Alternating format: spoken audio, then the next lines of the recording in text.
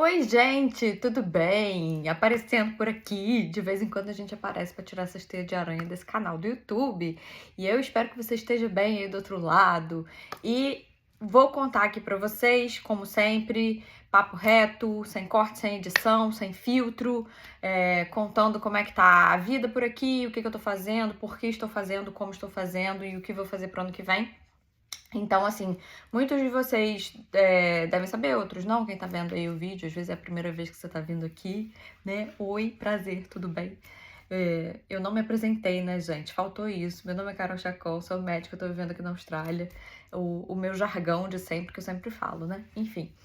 Então, pode ser a primeira vez que você tá por aqui. Mas fato é que estou trabalhando aqui na cirurgia geral, estou trabalhando em hospital e esse ano de 2004, meu contrato, eu optei por ter um contrato part-time. Então, no ano passado eu trabalhei full-time, né? Eu tinha um contrato que eu trabalhava todas as horas possíveis, né? Um contrato de 100% das horas, e esse ano eu escolhi trabalhar menos horas para poder ter tempo para me dedicar às outras coisas que a gente precisa para conseguir entrar no programa de treinamento da cirurgia, estudar para as provas, investir em tempo com publicação científica, essas coisas todas, né? E com o teaching, que é o que eu tô fazendo, que eu tô focando agora, que eu vou explicar para vocês. Então, primeiro eu vou falar que esse negócio do part-time aqui, como é que funciona. Aqui na Austrália, o considerado full-time, um contrato full-time, isso aí de qualquer profissão, tá? É um contrato de 39 horas semanais e você recebe por hora trabalhada. Quando você tem um contrato part-time, então o meu contrato ele é 0,5, quer dizer que é 50% das horas. É como se eu fosse trabalhar 19,5 horas por semana. Só que isso não acontece. E na medicina, e eu vou dizer aí nos hospitais, né, para quem trabalha em hospital, para os healthcare workers, né, assim, para o pessoal da área da saúde que trabalha no hospital, aqui em New South Wales, porque a Austrália tem uma diferença entre os 7 estados da Austrália, mas aqui em New South Wales a realidade é que eles podem alocar essas suas horas, eles podem condensar as suas horas em uma semana e na outra semana você trabalhar menos. Então, assim, a cada 15 dias, vamos colocar assim, a cada 15 dias, eles alocam essas 40 horas semanais, mentira, essas 19,5 horas semanais, que alocadas em 15 dias, 19,5 mais 19,5 vai ser o equivalente a 39 horas em 15 dias, por fortnight, né? Que é o jeito que eles falam aqui, que é por quinzena. Então, é mais ou menos isso que eu tô fazendo. Eu tenho uma escala que eles me colocam em mais ou menos 39 horas quinzenais, tá? Só que, claro que eu trabalho muito mais horas do que isso, né? Porque nos dias que eu estou escalada para trabalhar, apesar de lá na escala eu tô trabalhando de 7 às 3h30, muitas vezes, na minha escala tá isso, dificilmente, assim, eu vou dizer praticamente nunca eu saio 3h30 do hospital. Eu pelo menos vou sair aí 4h30, normalmente, se tiver tudo muito tranquilo. E em algumas situações, em alguns locais, você pode até sair mais cedo. Isso eu tô falando da cirurgia, tá, gente? Para várias outras áreas, muitas vezes o que você tá escalado é exatamente o que você vai fazer. Eu já trabalhei aqui na clínica médica, já trabalhei na emergência. E principalmente na emergência, na terapia intensiva, na anestesia, muitas das vezes, nem sempre, mas eu vou colocar aí que na emergência, na terapia intensiva, é meio que o que tá ali na escala é o que você vai cumprir quando você tá ainda no nível de registrar, né? De você estar ainda em treinamento. Quando você é consultant, muitas vezes, o consultant às vezes tem que ficar mais horas, né? Enfim. Mas até mesmo os consultants da emergência e da terapia intensiva, eles ficam ali bem no horáriozinho que eles estão escalados. É bem certinho, bem bonitinho. O que não acontece na cirurgia, né, gente? Porque a gente começa a operar, não tem hora pra acabar. E é aquela coisa que vocês sabem como é que é. Tem emergência, alguém que precisa de uma cirurgia de emergência e você vai trabalhar mais horas. Isso é um fato. Isso é um fato que é quase que inerente à especialidade, apesar de existem formas de resolver isso, né? Isso, assim, é uma coisa que você poderia fazer troca de turno durante a cirurgia. Existem opções, existem outros lugares do mundo, os países nórdicos têm algumas coisas, assim, mais restritas para realmente conseguir que os cirurgiões tenham um horário melhor, mas não é ainda a realidade aqui. Infelizmente, essa cultura de a gente trabalhar muitas horas também acontece aqui. É melhor do que no Brasil, mas ainda assim a gente trabalha mais horas. Isso eu tô dando contexto para vocês entenderem.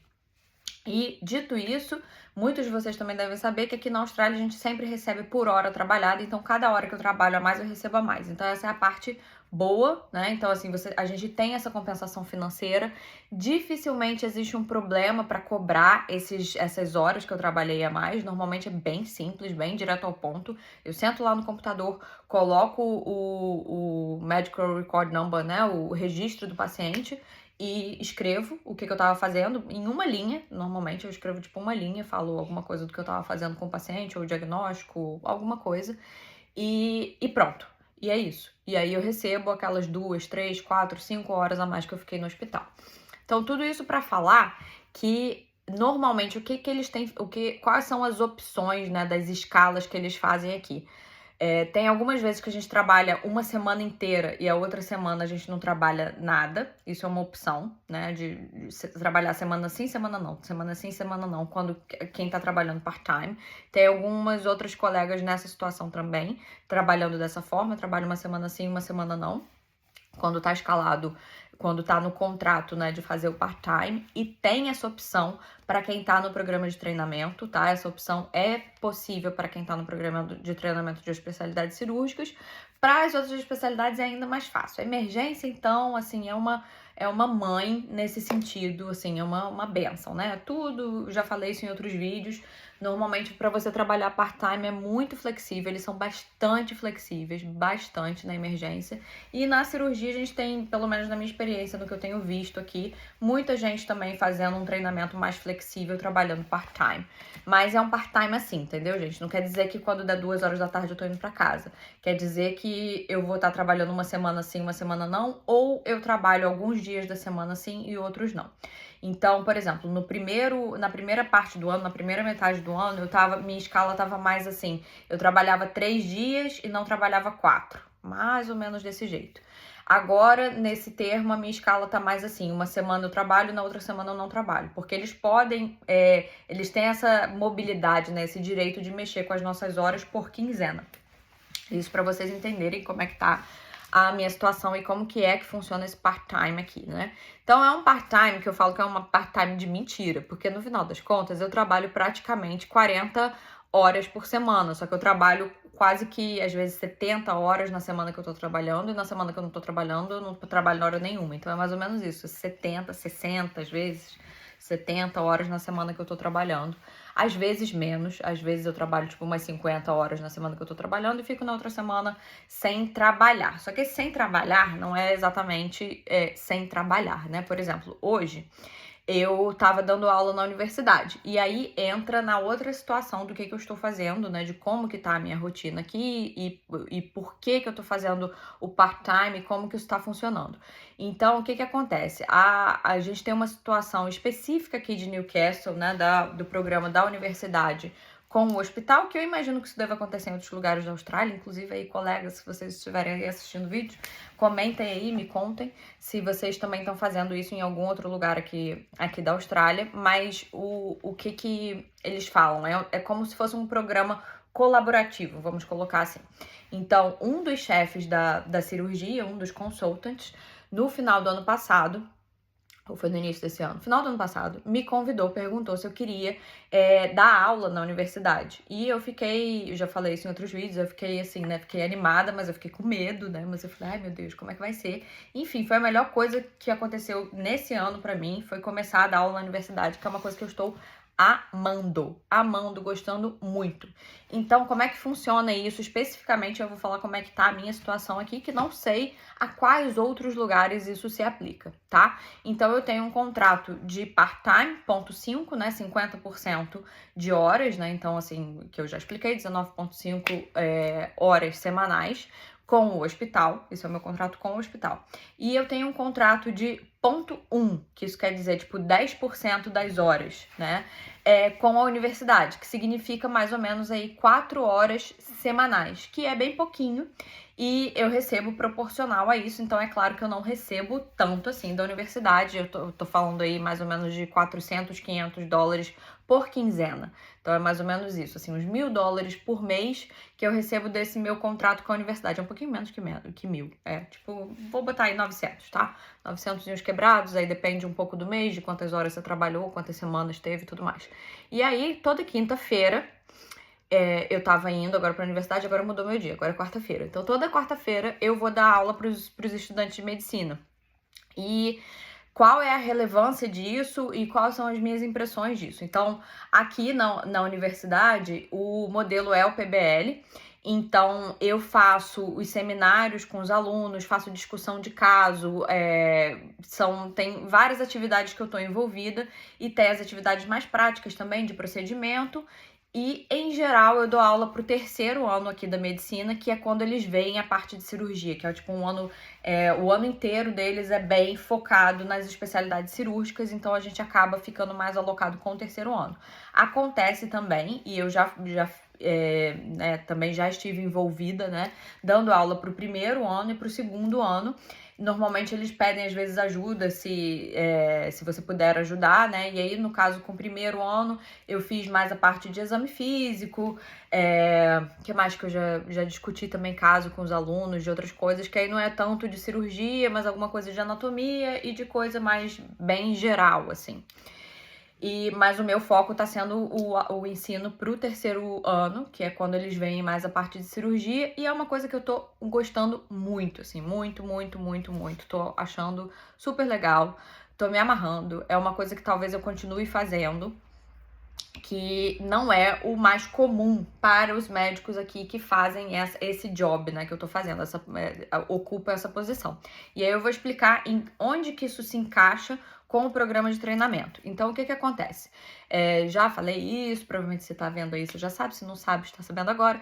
Entrar no programa de treinamento das especialidades cirúrgicas aqui na Austrália é bastante difícil, tá? É bastante competitivo, são poucas vagas por ano. A cirurgia geral é dos que tem a porta mais aberta, tem mais registries entrando por ano. Agora eu não lembro qual que é o número, 50? Posso estar falando besteira, gente. Depois eu vou escrever aí pra vocês. Lá no meu Instagram eu tenho um Reels que eu gravei, que tem um website aqui de New South Wales que tem todos os números certinhos de quantos residentes entram no programa por ano, né? Quantos registers que estão no programa de treinamento entram por ano, enfim. A cirurgia geral é um pouco melhor, mas ainda assim é muito competitivo. Então, o Royal Australian College of Surgeons, né, o Colégio Australiano de Cirurgiões, eles têm os critérios deles para dizer quem que vai entrar e quem que não vai entrar, porque, né, não tem vaga para todo mundo. E aqui não é prova, né? Então vai ser análise de currículo e entrevista. Só que a análise de currículo tem os critérios bem definidos de como que você ganha pontos, tá? Então, publicações científicas contam muito ponto, só que essas publicações científicas, elas têm que ser relacionadas com a cirurgia, precisa ser bem relacionado com cirurgia geral mesmo, ou com a área que você estiver aplicando, e tem que ser publicações feitas nos últimos 5 anos, o que é um problema para mim, que sou velhinha, sou uma senhora idosa que começou a publicar lá em 2007, mas as minhas publicações de 2007 não valem para nada. Então, assim, eu tenho que trabalhar nisso também para ter publicações recentes e tudo mais. Então, publicações contam muito. Trabalhar em uma região rural por 6 meses, você também ganha pontos. E teaching experience, né? Então, a experiência com educação. E eles são bem específicos em cada um dessas coisas. Existem critérios bem claros se eles vão aceitar o que você considera, o que você acha que você está ensinando, né? Por exemplo, muitos médicos, isso tanto no Brasil como aqui, vão estar envolvidos com os internos e vão estar, de certa forma, envolvidos com o ensino, mas eles não aceitam isso se for uma coisa meio que um bedside teaching, que eles falam, né? Então precisa ser uma coisa muito certinha, comprovada. Então, por exemplo, esse ano que eu estou trabalhando aqui com a universidade conta, e é por isso também que estou fazendo isso.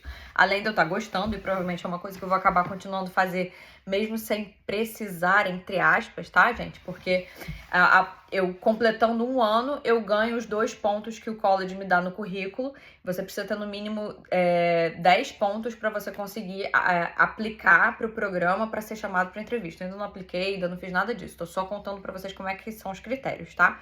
Então, você fez 1 ano de teaching, pronto, é isso. Você não precisa fazer um segundo ano, mas isso vai ser bem visto de qualquer forma no currículo e é uma coisa que eu de fato estou curtindo, assim, é uma coisa que eu realmente estou fazendo com prazer, com gosto. Então é uma coisa que eu tô gostando bastante. Então, assim, é por isso que essa experiência de teaching, ela conta e ela é importante e ela funciona dessa forma. Vocês entenderam? Porque, tipo assim, eu tenho um contrato com a universidade. Não é uma coisa que, você faz teaching. Não é um teaching assim, você tá ensinando, tá dando aula ali. Não, não vale.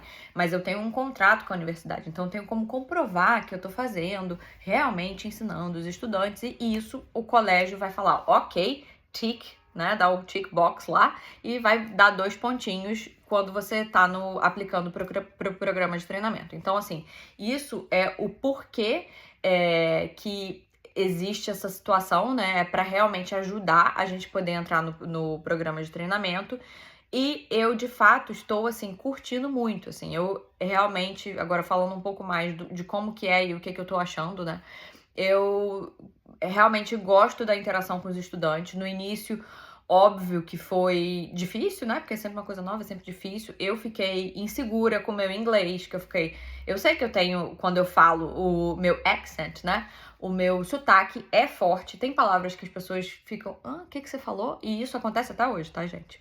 Continua acontecendo. Hoje mesmo foi uma coisa, agora eu tava tentando lembrar qual foi a palavra. Rabdomiólise, que é rabidomyolysis. E eu falei, talvez, rabdomiólise, não forcei muito a forma da pronúncia, da forma que eles esperam ouvir, e os estudantes não me entenderam, eu tive que repetir, enfim, para eles poderem me entender. Então, isso continua acontecendo, provavelmente vai continuar acontecendo, porque, né, faz parte. Aprendi inglês, né, com 30 anos, não tinha inglês nenhum antes disso, então alguns sons eu realmente tenho dificuldade para fazer, e no início eu fiquei bem insegura com isso. Fiquei, ai meu Deus, como é que vai ser, né, vai ser um negócio meio estranho, mas a grande maior parte do tempo não foi um problema, não tem sido um problema, e eu realmente estou curtindo. Então, por exemplo, hoje, contando assim mais ou menos para dar uma ideia do que eu tô, exatamente o que eu tô fazendo, né? Então, hoje a gente teve, eles têm vários tipos de atividade, né? Hoje a gente fez como se fosse um case-based discussion, mas a gente faz com o grupo, né? Faz tipo um tutorial. Quem fez PBL na faculdade com PBL, sabe, dos grupos de tutoria, que normalmente são grupos pequenos, variam, né, o tamanho dos grupos. Hoje era um grupo de 6 alunos e a gente discutiu os casos de câncer de mama e também na parte de cirurgia plástica, queimadura, né, os casos de queimadura e conduta. Então, basicamente, uma discussão de caso e com o tempo para eles perguntarem e tudo mais. Então, assim, a universidade dá muito do material pra gente. Então, por exemplo, tem a apresentação de slides que é a universidade que dá, porque eles fazem isso de maneira padronizada, para que todos os tutores, né, qual que é o nome da minha position, né, como que eu sou chamada aqui? Eu sou Surgical Teaching Fellow, que é isso, né, eu sou uma tutora, eu acho que seria a melhor tradução, inclusive acho equivalente às atividades que eu acompanhei também do PBL no Brasil. Então, acho que seria a forma de comparar, né, de traduzir, vamos colocar assim. E eles têm, a própria universidade oferece, né, já disponibiliza, melhor dizendo, disponibiliza pra gente no site deles, pros tutores, o acesso a esses slides, então é uma coisa padronizada. E aí eu tenho meus colegas, né, eu tenho mais, acho que 6 ou 7, nesse momento, que são outros colegas que estão exatamente numa situação bem parecida com a minha, só que colegas que se formaram aqui na Austrália e que estão com a intenção de aplicar para o programa de cirurgia, né? Então, obviamente, todos mais jovens do que eu, mas isso, pessoas que estão aí buscando a sua entrada no programa. E a gente teve esse ano uma das meninas do grupo, né, que tá como tutora, ela entrou pro programa de cirurgia, que foi bem legal, assim, né, ficamos felizes por ela. Outra que tá esperando, tá na lista de espera e tudo mais. Então, assim, é uma coisa que dá um ânimo, né, porque a gente vê as pessoas que estão ali fazendo a mesma função, estão progredindo e tudo mais. Então, nós, como tutores, temos acesso a esse material que a universidade disponibiliza pra gente e a gente apresenta os slides, né? Então, eu estudo sempre antes o que eu vou apresentar no outro dia, né? Como qualquer professor, né? Imagino, se alguém que estiver assistindo aí tem experiência de sala de aula, você vai se preparar, né, para a aula que você vai dar. Eu reviso e tudo mais, eles têm um guia pro tutor, e quando eu costumo sempre acrescentar mais coisa, porque sempre é um detalhe ou outro que eu acho meio incompleto, principalmente com coisas de procedimento, que é o que eu gosto de mostrar para os alunos, porque em geral aqui eles são bons, muito bons com a teoria. Eu acho que para qualquer estudante, né? Muitas vezes você conhece os procedimentos no papel, você entende por que tem que fazer determinado procedimento, mas você nunca viu. Então eu sempre tento trazer vídeo, mostro foto, para eles realmente entenderem do que você tá falando, né? Tipo, o que é uma core needle biopsy? O que é isso, né? Tipo, como que você faz a biópsia de um nódulo na mama, né? Então, por exemplo, aí eu mostro para eles e tudo mais. E eu realmente tenho organizado isso com eles, e tem sido uma coisa que eu tenho tido feedbacks bons, assim, tem sido bem, bem legal. Algumas vezes eles fazem os seminários, eles mesmos apresentam os seminários, e aí eu discuto com eles os temas, e eu também costumo sempre levar vídeo das cirurgias, de procedimento, para eles realmente entenderem e se interessarem, né? Porque eu acho que parte do trabalho como tutora, como professora, né, estando na sala de aula, é também motivar os estudantes a se interessarem pelas coisas cirúrgicas, porque foi assim comigo, por exemplo, né? Eu sempre me interessei pela coisa do procedimento, sempre foi uma coisa que eu achei interessante. Entrei na faculdade querendo fazer neurocirurgia, a primeira neurocirurgia que eu entrei, eu falei, Deus me livre, eu não quero fazer isso de jeito nenhum. Tipo, um negócio todo extremamente detalhista, extremamente demorado. Eu falei, não é por aí. E quando eu tive contato, assim, com um professor no final do segundo ano, foi no final do segundo ano, eu vi, assim, uma apresentação dele falando sobre cirurgia videolaparoscópica, e eu fiquei encantada, assim, encantada, e dali pra frente eu comecei a ir atrás, e realmente foi aquilo que me motivou, né? Então, assim, eu acho que é também parte do nosso papel, né, de quem tá ali na sala de aula, fazer com que os alunos se interessem por aquele assunto, além de aprender, né? Então, assim, eu tento realmente levar isso para os alunos, e é uma coisa que eu tenho gostado bastante de fazer. E aí, pra terminar, o que eu tô fazendo, como é que vai ser meu ano que vem?